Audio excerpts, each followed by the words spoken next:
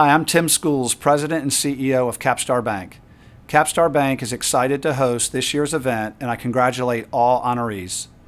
It is through leadership such as yours that Nashville has so many wonderful companies and continues to thrive and increase its competitiveness nationally as a place to live and do business. Over the past 13 years, Capstar has been fortunate to help form and grow a number of organizations across our community. It's exciting to see your success, and we appreciate all that you do. Hello and welcome to In Charge Talks, our series of conversations with local business leaders.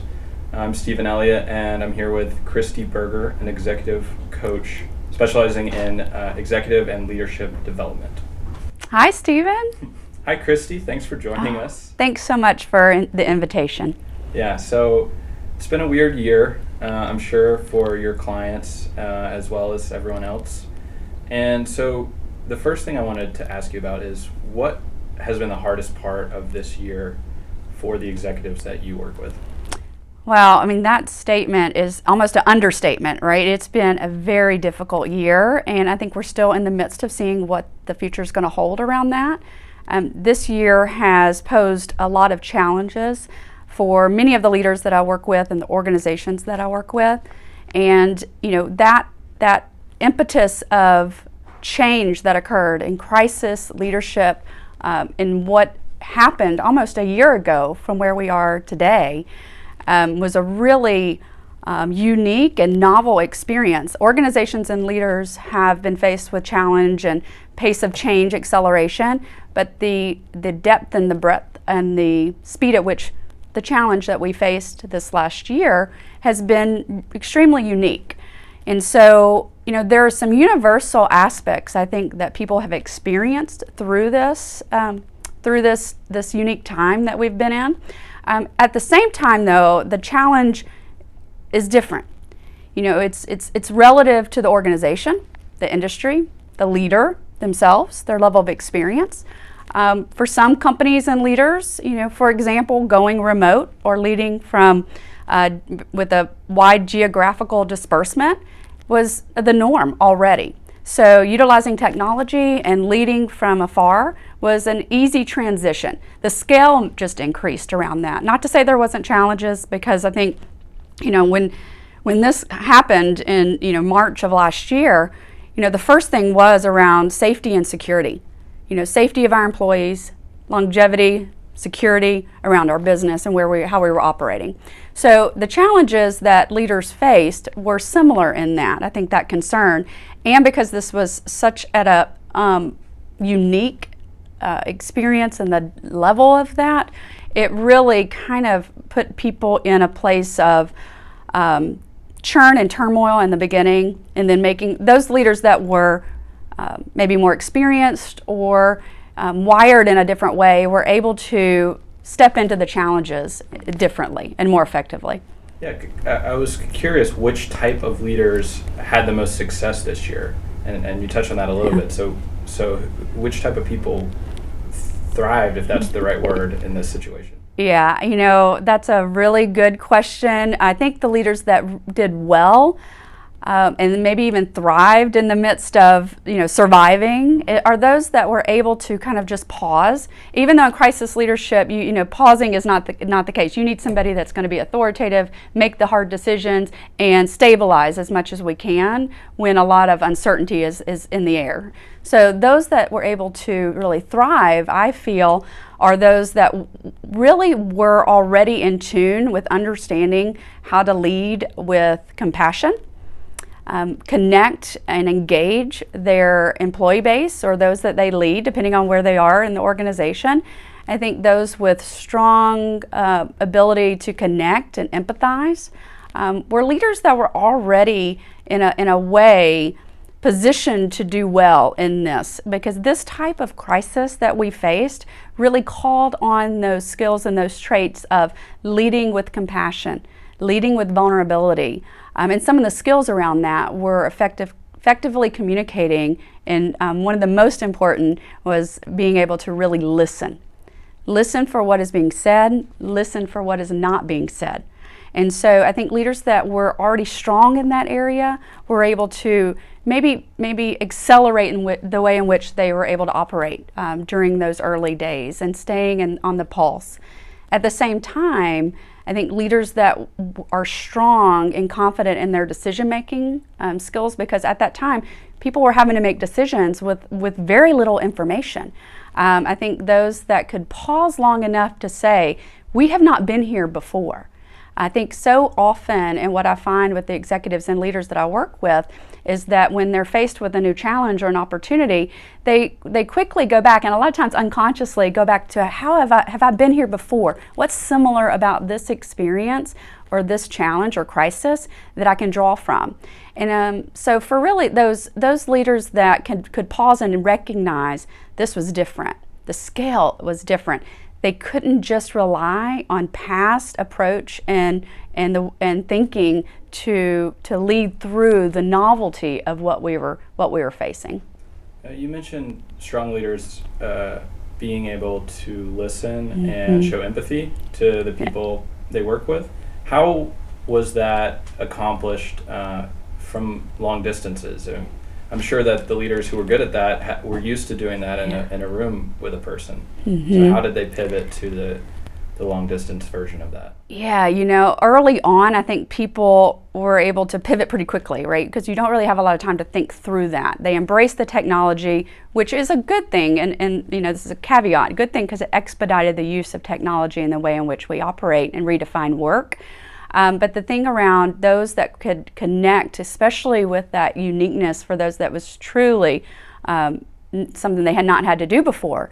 And it required them to look at the way in which they communicate. So in that sense of how do we embrace the technology, what are the cadence at which we connect with people? So, in talking with leaders when I was going through this process, and, for leaders that were also working through the emotion of their own fear and uncertainty and the things that they were juggling with kids at home and all, and the concerns about health and of themselves and their families, is really saying, how often can I connect without overextending the expectations? Because everyone was kind of in this place with the personal and professional integration. And so we had to figure out how to do that effectively.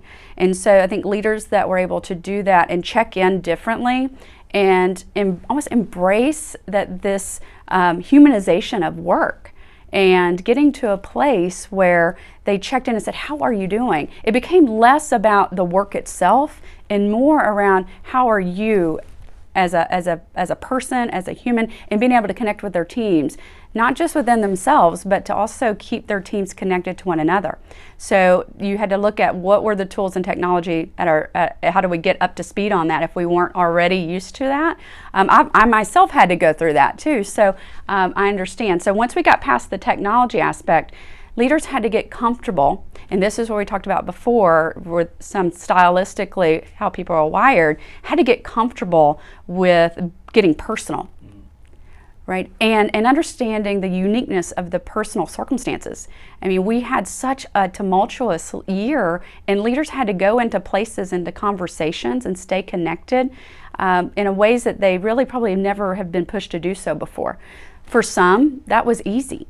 That was just a way of looking at maybe the cadence or the tempo or just picking up the phone and doing a check-in. Maybe they didn't do that before as often. But, for other leaders, it really took an intentional way of which they needed to do that differently. And the actual content of those conversations shift. Like I said, they become more personal. I think for leaders, working with them to understand, you may have a team of 5, 10, depending on where you are in the organization, and we cannot make the mistake of assuming we're all in this together in the same way. And so I think for leaders to increase their communication and listening strategy and really embracing those skills and understanding and being really aware of where they are and their ability to do that in order to understand the uniqueness of each member of their team was really important. And I think early on, maybe there was some mistakes around that as we're all in this together, this experience, and there was a collective experience. And at the same time, it was all relative. And so we had so many different things happening at the same time between, COVID, everything, almost the world feeling like it stopped, or we had to shift the way in which we worked and where we worked and how we worked. But then we had health concerns. Then we had, look at some of the civil and racial, inequalities and the height around that energy, the political state that we were in. And so leaders had to, and organizations from top down, had to really get comfortable stepping into that. Some did that well, and some struggled. And I think those that did that well and really connected to that subjectivity of experience were able to engage differently. And I think that's going to bode well as we look ahead to what's in the future for that connection and engagement, which will yield productivity and performance post-crisis. Yeah, all that stuff can require a lot of emotional energy. How do you counsel leaders to deal with burnout? Yeah, that is a big topic, and that was one that really happened after the acuteness of things in 2020, and really had to get to a place in my one-on-one coaching work and engagements is I always would ask, how are you? And depending on how long we worked together, I would get a unique answer. And sometimes I work with teams, and I would go around, how are you? And I started to see over time is the words started really getting to a place you would hear over and over of, I'm fatigued, I'm tired, I'm burnt out, overwhelmed. And so, the second question really is how are you going to manage through that? Because we can't, mitigate that. Those feelings are real, yet you still have to get up and lead every day, and you have people depending on you. So it really was this place of being a realist around that, while also saying what is just one thing, looking at it from a micro behavioral standpoint and say, what's one thing that you can do for you? And more importantly for leaders is what do you need to model for others? If we talk about self-care and understanding and being in tune and aware when we're burnt out, and at the same time what our stress behaviors are, because when under stress, we can't lead as effectively as we need to, as people need us to. So it really was around helping them get clear and really aware of their own stress response and behaviors and what they needed to do to mitigate that. For some, it really was, how do I work out at home? Maybe I just need to take a walk at lunch. I just need to step away from the screen. And then being able to do that for themselves, model that for others, is a crucial thing for leaders to do, really at all points of time, but especially with some of the things we've been faced with.